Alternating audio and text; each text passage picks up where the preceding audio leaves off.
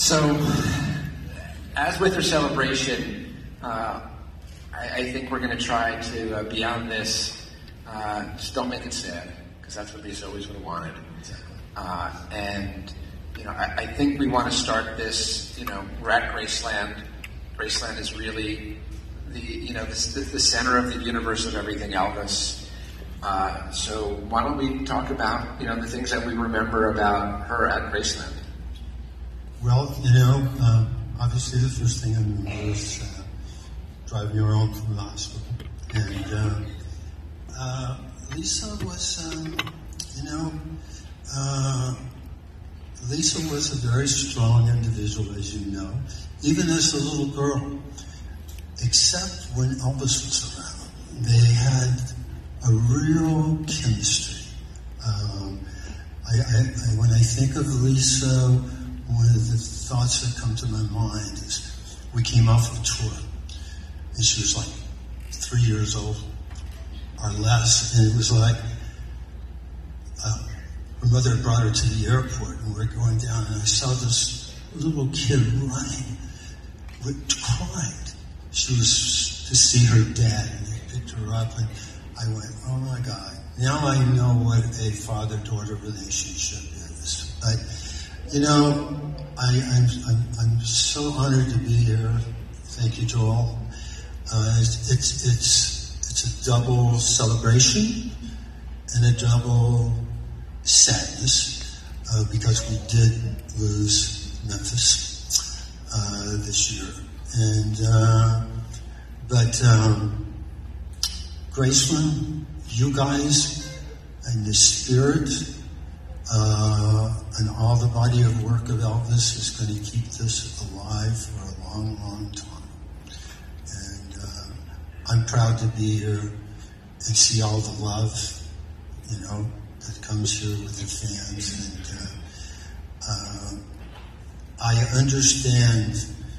When I was working for Elvis, we had to get to an airport. We had to catch a plane before he had his own plane or whatever. And he would stop. He would sign autographs. And I said, we got to go, And then after we lost him, and I got to know fans, I understand. And I feel the same way of that love. And that's the most important thing, So I'm proud to be here.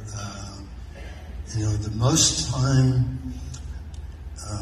at Graceland, I had lots of great times with Lisa, but I just wanted to say one thing because of what's going on in Hawaii. And I spent so many years with her in her home in Hawaii, and I had special times. She was a very, as Joel said, she was a very protective mother, and that what Billy said was, I never thought of, but yeah, she was protective.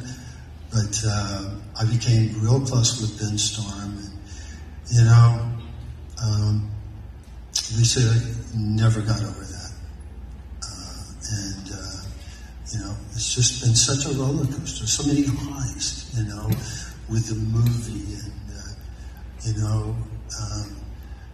Austin, he gave Lisa so much support because, Joel, she was very fragile after Ben. And so the movie really helped, and the cast of Bass put together. And even with the movie, because, you get some people who, they take a check and they'll support anything. Lisa was initially very, very concerned about the movie. I had to really talk and walk her through a lot of it. We were very cautious and careful about what we would approve and wouldn't. Baz was a doll and a dear to work with because we had so many concerns and changes. But she was never the pushover. But, taking a step back from something that you said, I can't tell you how many people today told me that they feel that Graceland's like family. That when you're here today and you're walking today and you talk to people, that it really does feel like a family. And from the beginning of her life to 3 days before the end of her life, what made her feel good, what made her feel safe was Graceland. that Monday before she passed away, the Sunday, she was in the best mood that I had seen her since Ben had passed away. She sent me text about how much she felt loved and how she felt appreciated, and how, she never wanted to do anything after Ben passed away. But I really pushed her to come to Graceland for birthday, and then we flew to LA and we were at a party with Austin, and I think you were there, right? Yeah, that's Formosa in Formosa Cafe. There you go. And she had such a great time, and I think it was actually you who told me, because I didn't even realize that I had become the hovering parent to Lisa. But even at the party, I was hovering 10 feet behind her to make sure that she was okay, which she was. And, Riley was there, and Austin was there, and Baz was there, and obviously Jerry was there. But from the beginning to the end, with all of the issues that she had in her life, it was Graceland that really gave her strength and happiness. And we'll talk about many of those things that are happening in the hour. And Jerry's going to talk about the Presleys' love of Hawaii. Yes. And we will talk about later in this program, because hopefully everyone knows that every dollar that we generate from this today is going to charity. It's going to go to both Memphis area charities as well as the Red Cross of Maui.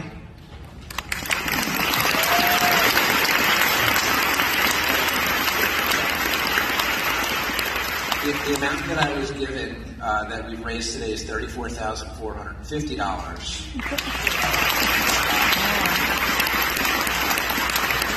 But in Lisa's name, I'm going to match that. Oh.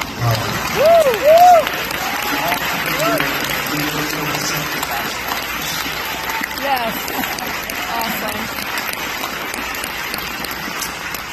So, I think what we want to do, because it's so easy to get choked up, and we could talk for 3 hours and we'd go through 3 boxes of Kleenex and we're talking about Lisa. But she also had this, such playful side. How much she loved to do the things that her father did, the golf carts. So many people, I can't tell you that, when Axl Rose, who's the singer of Guns N' Roses, came and performed. And by the way, every single person who we asked to performed. And these were people who were on tour. These were some of the biggest music artists in the history of music. Combined, they had sold over 200 million records. And Lisa had touched each one of these people in such a different way, but so meaningful, that it wasn't a question, it wasn't where they were in the world, it's what they could and couldn't do, but they needed to be here for her. Because of, they probably met her because she was Elvis's daughter, but they loved her, and I loved her, and Jerry loved her because she was Lisa Marie Presley.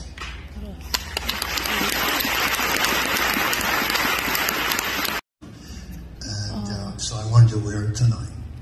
And I do have to say that in Lisa's entire life, I think the only person that she felt was truly there for her from her first remembrance to her last day was Jerry.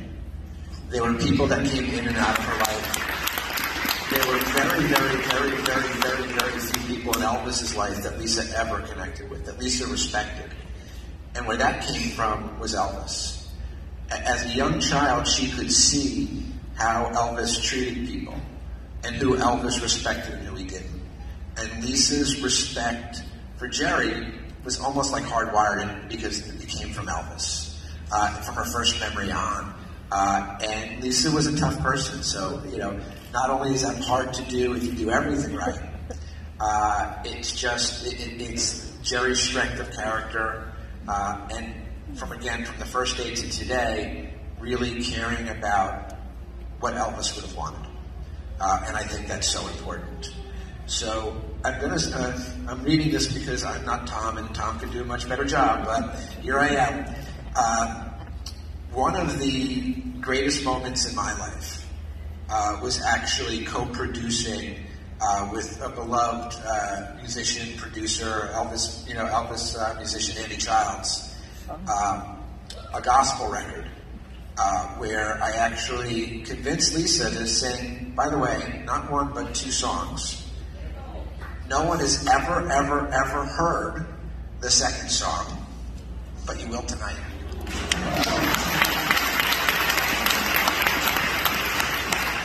Hopefully it does not get up on Spotify or any other place like that, because it is just, believe it or not, for y'all for right now. But I remember when I obviously had done all of my homework and said, you know, I was real thoughtful about what I wanted her to duet with. It wasn't going to be the most famous gospel song. It wasn't going to be the song on the tip of everyone's tongue. But it was going to be a love affair that only can be between a father and a daughter. And when I looked at every song that Elvis had ever recorded in gospel, the first song that really stood out to me is Where No One Stands Alone. And in true Lisa form, I flew out to LA on an Easter Sunday, and I was so upset because In-N-Out is closed on Easter Sunday. I think I got a Shake Shack. But we brought Lisa into the studio, the same studio that Elvis did his audio recordings for the '68 special. And she's getting made in hair and makeup. I play her the song, and she literally goes to me, next. And I'm like, no. I'm not accepting that. This is the song that you want to sing to your dad, and your dad wants to sing to you. And somehow I got her over that hump, which is kind of shocking in and of itself when Lisa doesn't want to do something. And when you see in the video, halfway through she just breaks down and starts crying. And when she really got and started digesting the gravity, the gravitas of these words, it really spoke to her, it really meant something to her. And although I had put together the entire celebration, I left it up to Riley and Riley's dad, Danny, to pick the song that they wanted to begin the celebration. And this is the song that they picked. And it really, that made that day for me so much easier. So we're going to play you the video. Dear friend, Linda Thompson.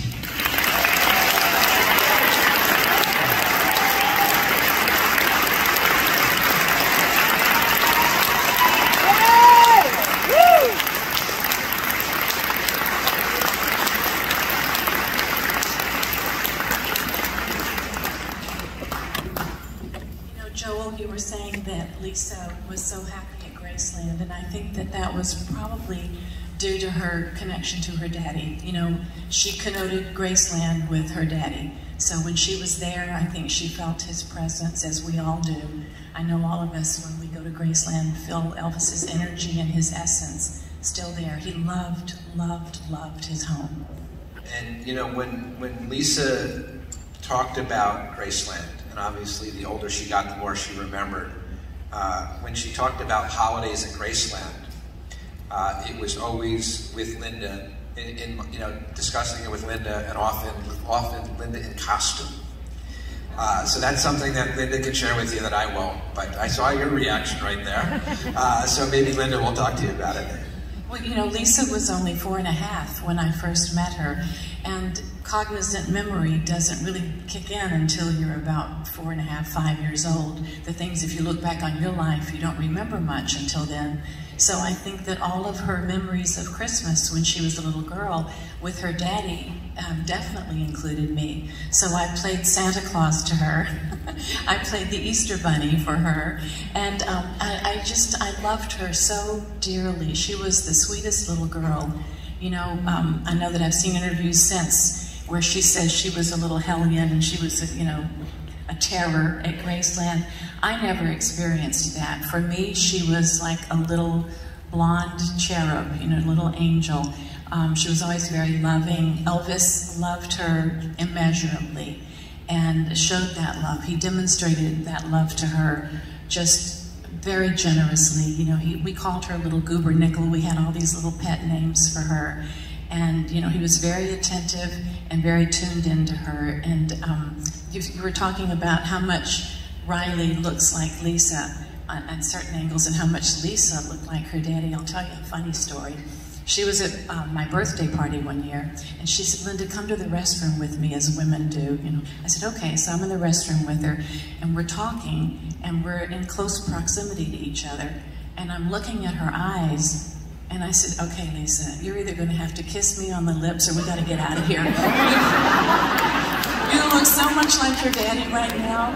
It was like looking into Elvis's eyes when I looked into her eyes. So she went, "Ew." And we laughed and went back to my birthday party. But, you know, I'm so grateful that I got to share so many incredible times with her, and more importantly, so much love. It occurs to me that the only thing we really take with us when we go is love, and the only thing we leave of real, true value is love when we go.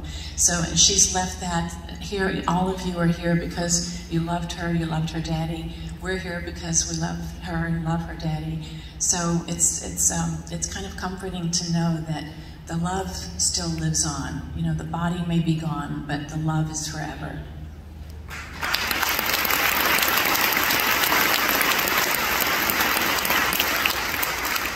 You know, I think we all learned something at the celebration. I think there were so many smart people saying so many smart things. And I guess Fergie, the one thing that she said that really ties into that her mother-in-law had said, the Queen of England, is that grief is the price that we pay for love. If you're not willing to pay it, you're never going to have love. But if you have love, you're surely going to have grief. Lisa was just, you know, meant something different to everybody. When I saw her profile sometimes, it was just eerie and scary. Although we had a brotherly and sisterly love, so we never went to the place where I wanted to kiss her. And it was funny because I remember when we did, you know, I came up with the concept for the chapel in the woods, and hopefully all of you all have visited it. Some of you got married, and in case you don't know, I actually got married in June at Graceland. Oh. I was there. My beautiful wife is over there, who happens to also be pregnant. Oh. Thank you. You know, we felt always so much love, even from the first time I brought her here during COVID, during birthday. She could feel the love and the closeness, and you know, the times that she spent with Lisa. You know, one of the saddest things, you know, both my parents died in the last 3 or 4 years. My dad about a year ago, and my mom about 3.5 years ago. But at my wedding, the thing I was saddest about was that Lisa couldn't be there. Because I know she would have been there. She would have been just, you know, pushing me around and busting my chops a little bit. But, you know, you know, grief is the price we pay for love. And Lisa just had, you know, when she loved you with everything. And she loved her dad. And, you know, I remember the first time, and I want to say it was Angie, give Angie credit. That when she saw her exhibition, which is right here, and she saw the sign about saying, where her dad said the most important thing he had ever done in his entire life was to have Lisa. And she had gone about 45 years in life with never having heard that from her dad. And she could remember things, but you can't remember things like that when you're 5, 6, 7, 8 years old. And I remember how moving that was to her, where she almost fell. You know, you could tell that she missed a couple of steps after that because it was so moving. But it's just, you know, incredible. And, you know, almost all, you know, she said the best times of her life she remembers were at Graceland. And around those times when she was here, Linda and Elvis were the people who were there with her. So I can't overstate the importance of that and how memorable and moving that was. I'm so happy that she got to understand that, because, you know, when you talk about all the loves of Elvis, she was the love of his life. Lisa Marie Presley was absolutely the love of Elvis's life. And most of us parents feel that way. My sons are the loves of my life. And Elvis was the romantic love of my life. But, you know, I think we all feel that as parents, and you're about to experience that, Joel, and when your little baby comes. That's going to happen, yes. You know, and I can't wait to spend many of those memorable times here, and telling my children about Lisa, because I think that, She was such a big figure, and you know, in only the 6 or 7 years that I knew her, how close we became. And again, just she was for me, with only 1 or 2 exceptions, really the voice in my head about what we're going to do, how we're going to do it, where we're going to do it. Because it is so important. If Elvis didn't want it, we're not doing it. We don't care how much money there is in it. We've been offered the dumbest deals in the world, but they just don't make sense, or they're not authentic to who Elvis was. And even if I would have thought about it for a second, Lisa would have screamed at me. I remember the last time we got in a fight, and I was just listening, because I said, you know, this is her time to go off on me, to yell at me. And literally at the end, she goes, "So why aren't you talking?" I'm like, "Okay, because I'm listening." And I said, "Lisa, you know, I love you to death, but if you don't want me to help you here," she goes, "I didn't say that." You know, so, but, you know, she really, you know, she was such a loving person. She gave so much love to her children. And I love to be surrounded by people, especially, you know, tonight I think is going to be very difficult for a lot of people. It's going to be very difficult for me. This is the first candle lighting where we're also going to, you know, say hey to Lisa. We're going to walk by her grave. And she is so, so important to the DNA here that, as I said, you know, when she passed away, her voice is never, ever, ever going to be silenced. It's going to be amplified. The things that she wanted are the things that Elvis would want, and those are the things that we're always going to do at Graceland.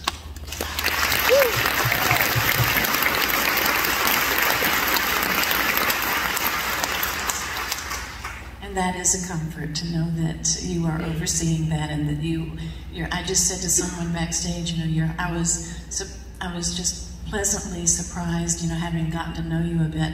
Your heart is so expansive, and your heart is totally in the right place when it comes to Elvis and to Lisa Marie. So I feel totally comforted and trusting in your knowledge and in your discernment and the choices that you're making, Joel.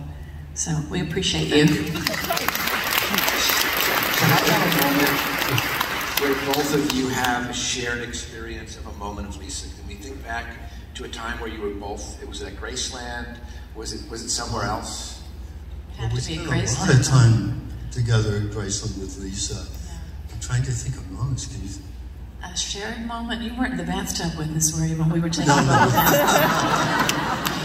Lisa and I used to love to take bubble baths together, because she was this little grom, you know. She said, "Linda, let's take a bubble bath." So we were in Lake Tahoe, and we had this huge tub that would have fit 3 or 4 people, and it happened to be in our suite, Elvis and me. And Elvis would always receive lots of roses from the fans. Thank you very much. And so Lisa and I said, "Let's pull the rose petals off and put them in the bathtub with the bubbles." And that's what we did. We made quite the mess. No, I wasn't there. You weren't there. Just wanted to check. You never know. We were real close, but you know. And how about, so when was the first time, does anyone remember the first time that Lisa got her golf cart on? Golf carts. Oh my God. God. She used to ride around on the golf carts before she got her very own personalized golf cart. That's what I was going to say, because yeah. What I remember is she got this from her father, the love of golf carts. And her father was so comfortable here at Graceland that, you know, we'd get up middle day, and we'd have breakfast and be in our pajamas, you know, just, you know, and a few, you know. And Elvis one day got in the golf cart, and he was still in his pajamas, and we came out to the back, and we're driving down, we're out on Elvis Presley Boulevard. And I said, "Elvis, you're in your pajamas." And he said, "Well, what the hell, this is my boulevard." So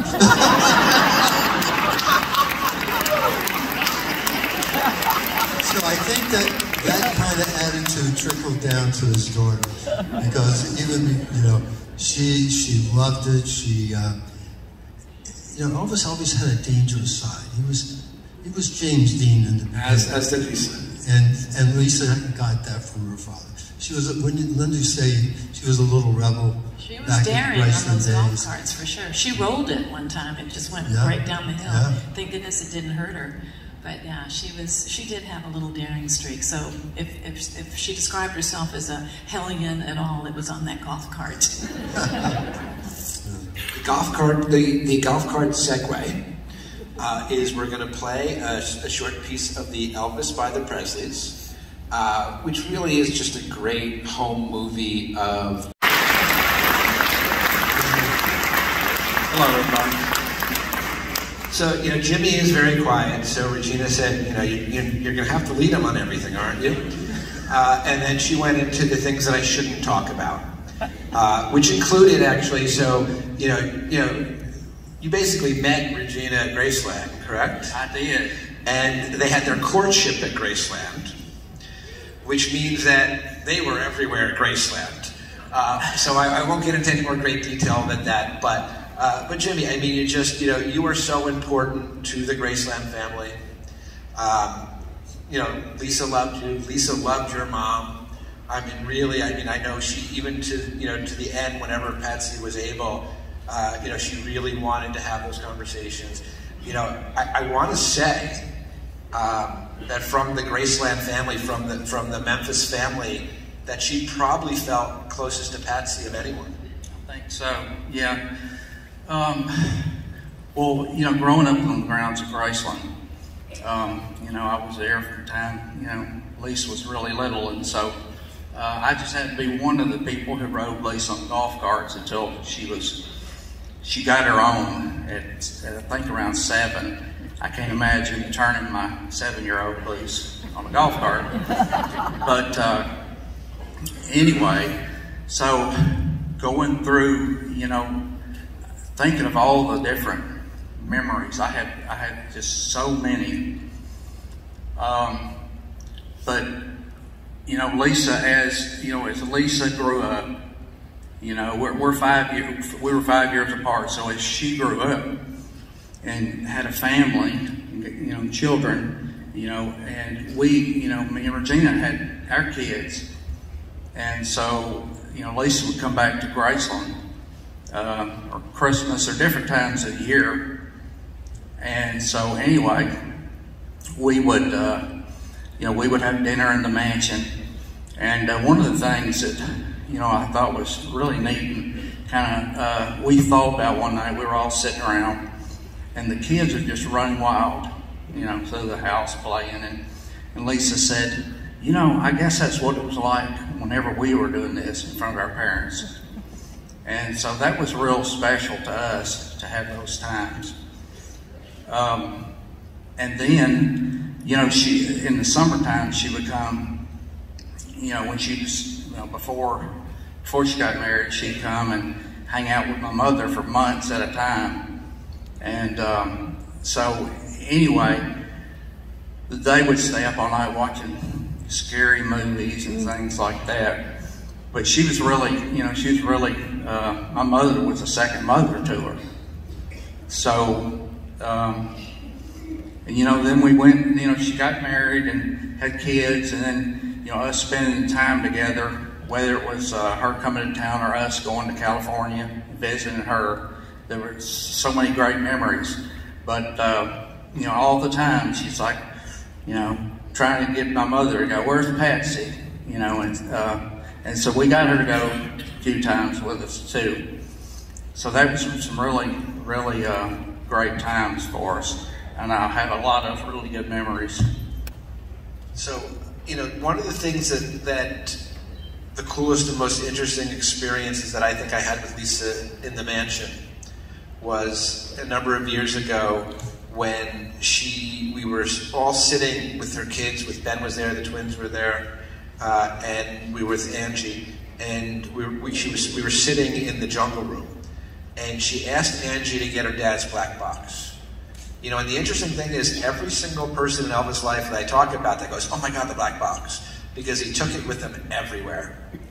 And even though she was a mom and she, hey, don't do this, hey, don't do that, hey, if someone's asking for something, Angie brought the box, she was on the ground, she opened up the box, and she instantly put it back to being 5 or 6 years old. And it was the most incredible thing, and every single time I've been to the mansion since she passed away, she's there, she's sitting there looking at me. and there were things that could make her come back to her childhood. And because those were the most innocent, pure, greatest memories of her life, I think that's what she got from Graceland. She got back a bit of her childhood. Is there anything that you remember once she came as an adult? And by the way, before the hotel was built, you know, and let's lay this out. Graceland is a bunch of wood, okay? And it's an old house. And Lisa used to stay upstairs, especially around Christmas, before we got the hotel, and we walked her away from that. And I think we all were on fire watch. So I think we were all like, she's smoking, something's gonna happen. We were all there. We were like, you know, not everything okay, Lisa? Everything okay, Lisa? But you have to have so many memories. Is there something that you would remember when she came back, a food she wanted to eat? You know, something that you remember? Well, when she came back, she always wanted to get, you know, the cooks to come in, who, you know, the ones over the years that were, you know, still alive, she'd bring them in and cook for her. And so she always wanted, you know, the Southern food. She loved that because she said she didn't get it anywhere else, didn't get it in California. So that would be, you know, that would be the thing to her, come to Graceland and just get together with family and get a great meal and visit, you know, with the cooks and, you know, everybody else. But it meant so much, Graceland did.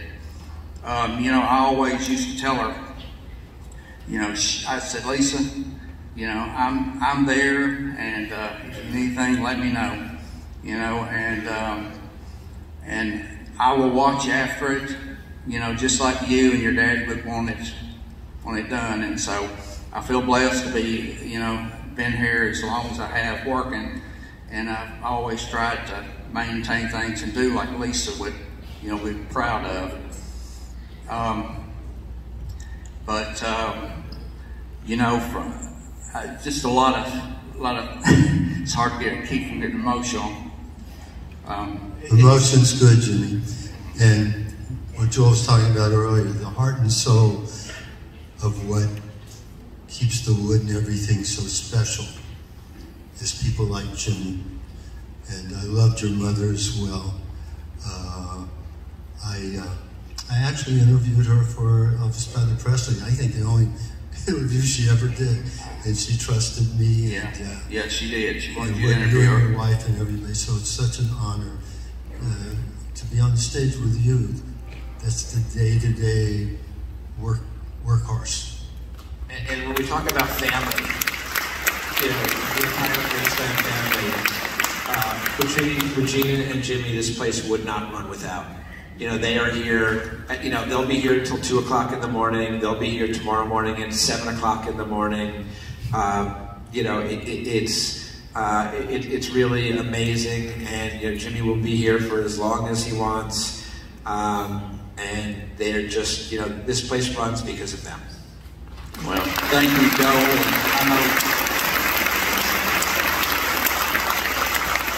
And thank you, that means a lot. And I know there's a lot of things that have got accomplished here, you know, over the years since you've been here that I know Elvis and Lisa both will be proud of, and you know, it's just a blessing to be here. You know, one thing, you know, after she passed away, I got to thinking of that kind of brought a smile to my face. Was she would, I recall we were somewhere one time and I was off on the side of the room, and she said, "Come here, Jimmy Gamble." And so I got over there, and then she was just, that laugh of hers, she had the greatest laugh. And when she did that, she just laughed at me after doing that. "What are you doing?"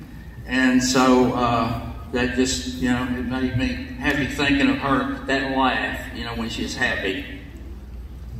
It's, yeah, I just, you know, and that call was obviously and only to Angie. And so throughout her life, she knew that all of her things belonged here. They had always belonged here. they were always going to be here. So it's important that we honor her with those wishes, that we expand on what we've been doing, because she never wanted it to be too big. She never wanted it to be about herself. So we're just going to stretch that a little bit. And the first question that I will ask that Angie can answer to everybody is, where the heck is the swing set? Okay. For long-term preservation of the swing set, it needed a lot of conservation work done on it. So we took it down about a month ago to start doing some preservation work on it. We were in hope to have it back before Elvis week. It literally got finished 2 days ago. And so it will be back up on property next week, looking better than ever.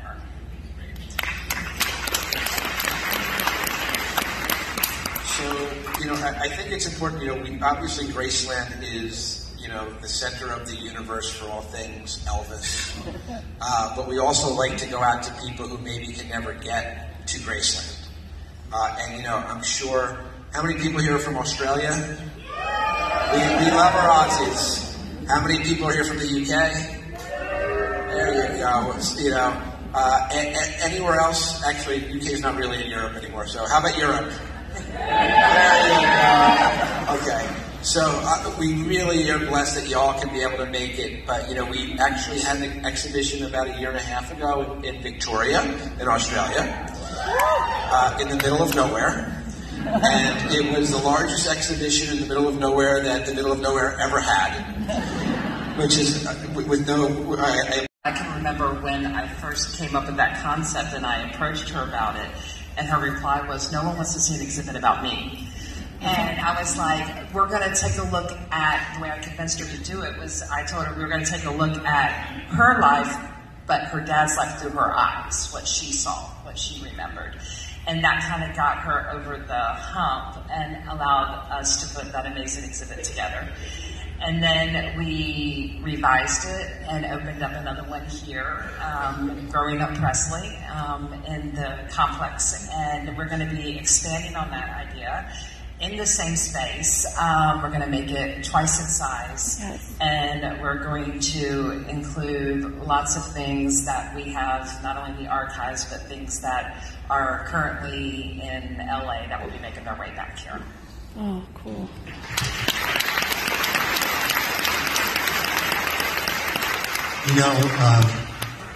Angie is the rock and roll Smithsonian. When there's things that I don't know or I say incorrectly, I look to Angie and she tells me about myself.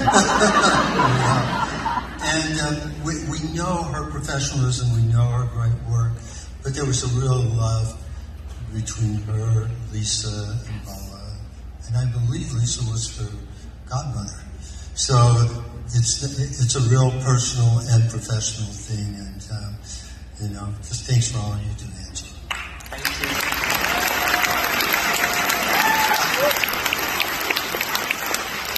And when Lisa didn't want me to know that she was coming to Graceland, which is about every third visit, she would basically call Angie up, and she would tell Angie, and she'd say, "Don't tell Joel." Exactly. And listen, the type of relationship we all have is that I was perfectly fine with that. This is her home. Graceland was her home. If she wanted me to know, it's great. If she didn't want me to know, it's great. If she wanted to do certain things, then I had to be involved. But that only happened 9 or 10 times. So it was okay. But Angie really is, when we talk about Jimmy and Regina, who are really the lifeblood of making sure that Graceland runs, Angie is the person to make sure it's hers. If you look at the exhibitions, I'll come up with a crazy idea and say, how about 100 outfits? Where do we put it? And I said, can we have it in 13 days? So I tend to be the unrealistic one, and Angie somehow turns my fantasies into realities as it relates to exhibitions. But it's just, again, it's family, it's people who care.